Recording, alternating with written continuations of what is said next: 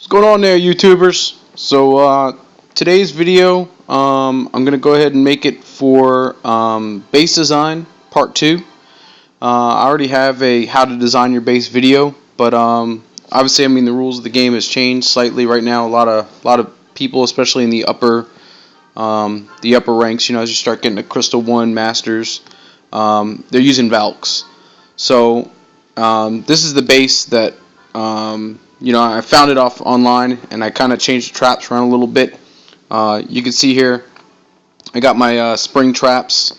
Most of them are inside, so you can't easily get to them, and then especially if they start blowing up this wall section or this wall section with earthquake, even with golems, the golems will get stuck here, and then the Valkyries kind of move in a little more inside.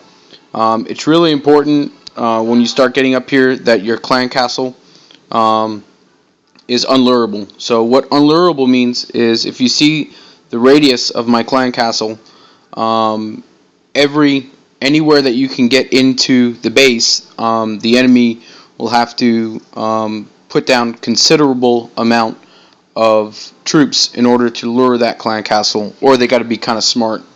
The way that I would lure my clan castle is I would probably put my queen in over here with some queen walk, and then as the queen takes out these sections, then as you can see, the wizard tower would be inside of that radius, and then I would send in a hog or something like that in order to lure out the clan castle troops. So the trick here is obviously to make your base to where the enemy has to invest considerable troops, and then once the enemy is in my clan castle, I've been keeping one golem and one loon. So I'll share with you here the defense log on the way that this works and how it works.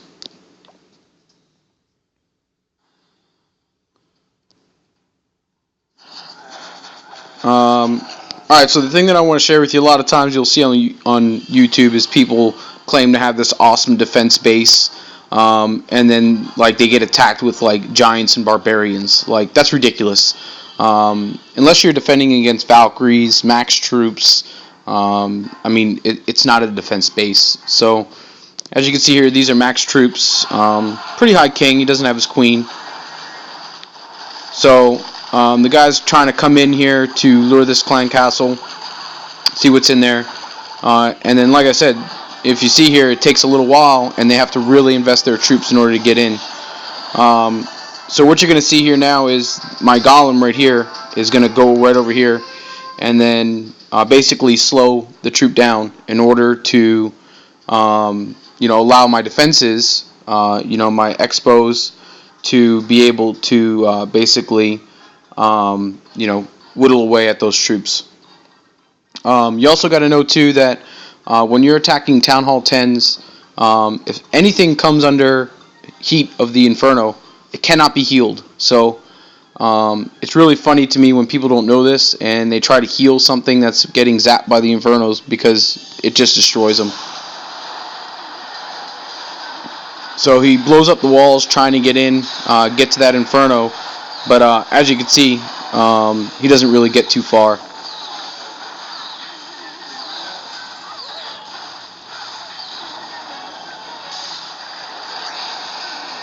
So also noted, he didn't clear out enough of the defenses on the outside ring, and what that does is the king ends up going around the base, and the troops that went inside weren't really protected enough. So granted, this guy made some pretty big mistakes. He still did pretty decent, but didn't even get the win, and had a pretty considerable investment. So the attack is just about over now.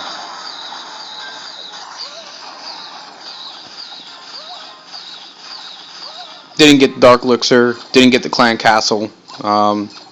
He got a very small amount of money, but we'll speed it up here because he really didn't get much. Wasting time now.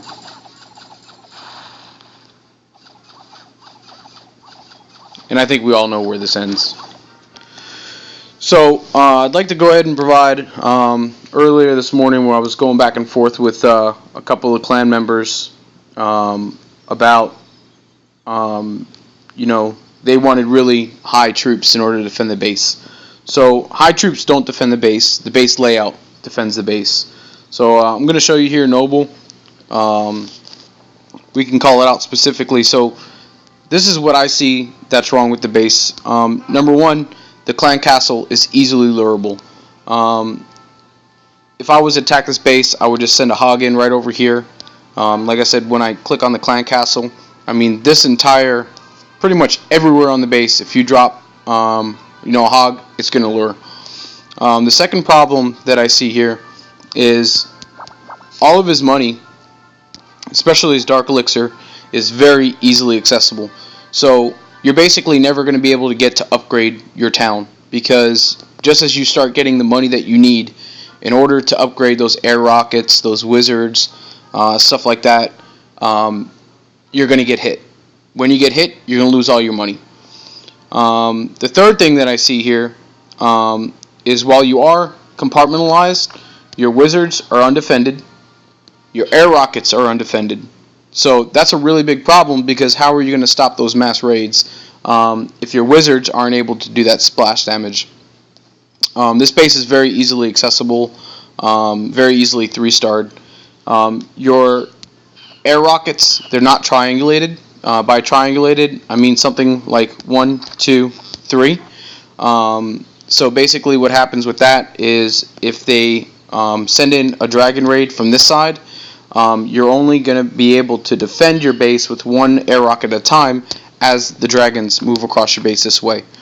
So the problem here that you're having is not that you need these massive heavy troops. They're not going to do anything.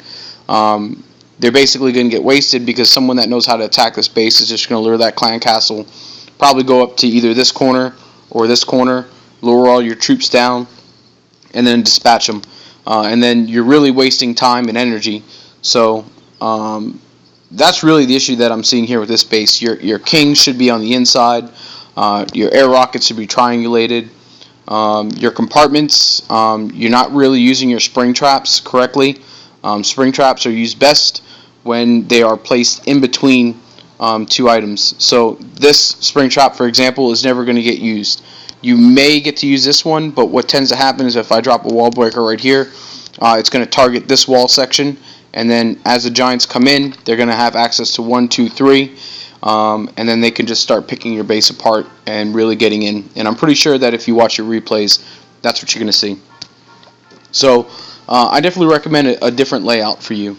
I'm going to go ahead and take a look at another base. So let's take a look at Tarek, because he's often, again, he's asking for very high troops, and I don't think that the high troops is what he needs. I think it's his layout. Let me see if I can find him here. There he is. So let's go ahead and visit him. Alright, so first thing that we're going to do is we're going to check the clan castle. As you can see, big problem again. His clan castle is easily lurable. So all that's going to happen is, again, they're just going to drop a couple troops and they'll get access to a good chunk of his base. This right here, this trick, everyone knows what that is. So they're not going to come in that way, someone that really knows how to attack. They're probably going to come in this way, gain access to this area, maybe even use Earthquake right here, blow out this entire section, and then all you're going to have is a very skinny ring of defenses. The good thing on this base is he does have his triangulated air rockets. However, they are kind of spread apart, which can be, good or bad depending on, what you're trying to save and defend. His base is considerably better than Noble's. His air rockets are defended. However, his mortars are a little bit too far out. I would definitely consider maybe moving the mortars inside. The base is compartmentalized. However, you're basically down to just a couple cells where your defenses are. You have one cell right here. You have another cell right here. 3 and then 4, and then your main core cells. So basically your base is broken down into possibly like 5 cells. Yes, this is a cell, but it will not offer defense. So the thing that you're going to have to focus on is what are you trying to defend, because you can't defend everything. You can't defend the Town Hall, the Dark Elixir, and every one of your collectors. You have to give something up on a base in order to defend. So what are you trying to defend, and then focus on that. I'm assuming that you're really trying to defend your Dark Elixir, which is going to be hard at Town Hall 8. So what is your best defense on that case? It's a simple answer, and you're going to have to keep your gold and elixir down. So spend as much of it as you can. Make sure to keep one builder for your walls. Upgrade those air defenses to max. That's going to be the most important thing. Then focus on your splash damage, like your wizards and your mortars. And then finally, your archers and your cannons. But you should always have one of these air rockets cooking, upgrading, and then you should always have one of your splash defenses upgrading. That'll leave you possibly 3 builders, depending on how many builders you have. One of them is going to be dedicated only to walls, and that's just to keep your loot down low. And then as maybe one of your elixir collectors are getting close to being done, then you'll be able to save a little bit of money up just to upgrade whatever you're trying to upgrade. But air defense number 1, splash damage number 2, and then your single defenses is number 3 out of Town Hall 8. I get asked the question all the time, what should I upgrade, what should I upgrade, especially as troops go. So upgrade your farming troops first, what you use for farming. I use giants, archers, mainly, and healer for my queen walks. But so I would say upgrade those first, and then upgrade whatever the best possible attack is for your war. That's going to be your second. So upgrade those first, along with your air rockets, and then always keep one builder for your walls. That's how you get up to eventually maxing your base out. Keep your money as low as possible. That's truly the only defense. Like I said earlier, you got to give up something in order to defend. For me, what I'm trying to protect right now is my Dark Elixir. So you can see almost all of my defenses are surrounding that Dark Elixir and really trying to get them to look at my base and say, oh, I can't get to that Dark Elixir. People do get it from time to time, especially the really experienced players with max troops and max heroes. But as you can see from my war defense or my defense log, most of the time they don't really get much. This guy got a little bit up here, but he did have max heroes, max everything. Every so often you'll get someone that comes in and just gets to that collector, and that's fine. That's just part of the game. But most of the time they don't get really much.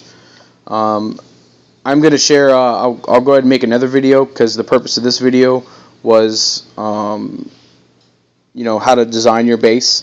But money's actually been pretty good right now down in Crystal 2. I've been finding some abandoned bases. They were pretty good. So let's take a look at, let's say, one more base here. And we'll see if we can, make any adjustments that would really help the member out. So check that clan castle number 1. He's doing a good job upgrading his air defense. I see that he kind of moved 2 of his air defenses up and down. I think this air rocket is probably a little exposed. This elixir is going to be his big problem, because right now he's got way too much of it. So when you have that high elixir amount, people are going to come for it. It's going to be very hard to protect it, especially when really you're only behind a couple cells in order to get to it. So keep your elixir low. Always keep your elixir low, Dark Elixir as low as possible, unless you need it in order to upgrade, and then play to upgrade. So stay on, upgrade, upgrade, upgrade. This is a pretty decent base for Town Hall 7. It's selled off pretty well. His trap placement could be a little bit better. As you can see here, there's no traps on the inside. Everything's on the outside. So once your, let's say, giants let's say he launches giants over here. You'll get this one spring trap, but once they're in, they're not going to get this way or this way. They're going to go inside, and then all the rest of your traps are pretty much useless. I would definitely recommend, spreading your defenses apart by one, and then placing those traps on the inside. The problem that I see with this base is there's no dead space. Let's go back, take a look at my base so I can explain dead space a little bit better. So if I go to my layout editor here, let's go ahead and check it out. I'll show you exactly what the enemy sees when they're taking a look at my base. So let's take a look at this here. So this is what they see. If you notice, the entire interior section of my base is open. You don't want to open it up too much, because then once the troops get in through one defense, they basically get a very large section where they can get everything.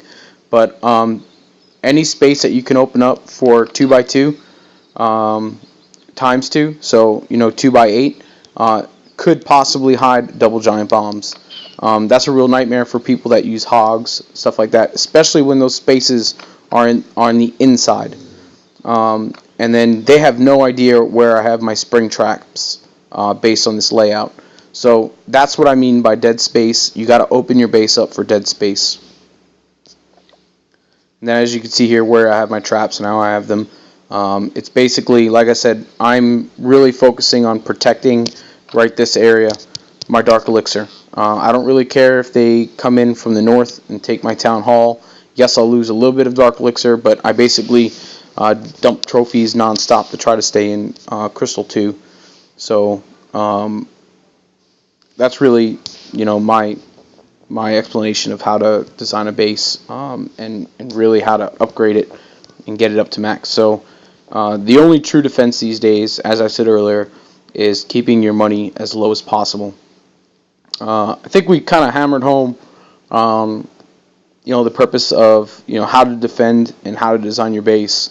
If you ever want me to make recommendations on your base, I don't mind making a video of it. I'll go ahead and take a look at it, see what you got, and how you can improve it. But ultimately, make sure you're watching those replays, and then make adjustments based off your replays, how they're attacking you, in order to defend. And don't be afraid to go ahead and take a look at YouTube and find a good base that has an unlurable clan castle. That's number one. Especially if you're trying to design a war layout, you absolutely need a clan castle that is unlurable in order to defend in war. And then make adjustments on that base. I've made many adjustments on this base, from where the heroes are to where the Dark Elixir is. Trap placement, stuff like that, because the game is constantly changing. So we talked about base design, and then the final thing that we're going to go over here is, in this clan, we have rules. We have made these rules over the last 2 years of this clan.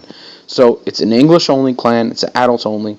We don't want rush bases, especially if you're Town Hall 7, 8, or 9. Those are our core warfighter bases. So we need those members to know how to play. If they're Town Hall 5, 4, 3, 2, I don't really mind so much if they're rushed, because the purpose of those bases is just to get an easy war enemy. Everyone must be war ready. Elder is earned with 150 donations. We don't give out titles. No freeloaders. You must donate troops to receive troops. This is the most important part, guys. Tier 1 troops is given for farming. Heavy troops is given for war only. I am not going to cook up heavy troops for you to raid every 10 minutes. That's ridiculous. Learn how to defend and how to attack with Tier 1 troops. Okay? You don't need them when you're down in those lower leagues. You don't need Golem, you don't need Dragon in your clan castle. If that's what you want, I'm going to tell you, do the same thing that I did and start another account, and then you can donate to yourself. But it gets way too expensive, especially when all they ever wants is max troops. There's only a couple of us in the clan that have max troops. So you're basically saying that I'm going to join your clan and only the top 3 people are going to be able to donate to me. How are the lower members in this clan ever going to catch up their donations if no one wants their troops? So think about that. And really, at the end of the day, if you're Town Hall 7, you should be able to attack and defend with Town Hall 7 level troops. So you don't need super heavy troops. What you need is a new base. So take that advice, ask questions. The CEOs are basically here to ask, if you got questions to ask them, and then, we'll be happy to help you out. But yeah, just change your layout. That's really what I'm saying. Focus on the clan castle and making it unlurable, and then design a base around that in order to defend 1, maybe 2. But there's no base out there that is going to be able to stop every attack. There's no such thing as an anti-2-star base, especially when you start getting a lot of money, because then even as like Town Hall 8 and 9, you're not going to be able to defend against Queen Walk. You're not going to be able to defend against Max Valk raids. So the only way to defend about that is basically keeping your money low to where people hit next because it's not worth their time or energy.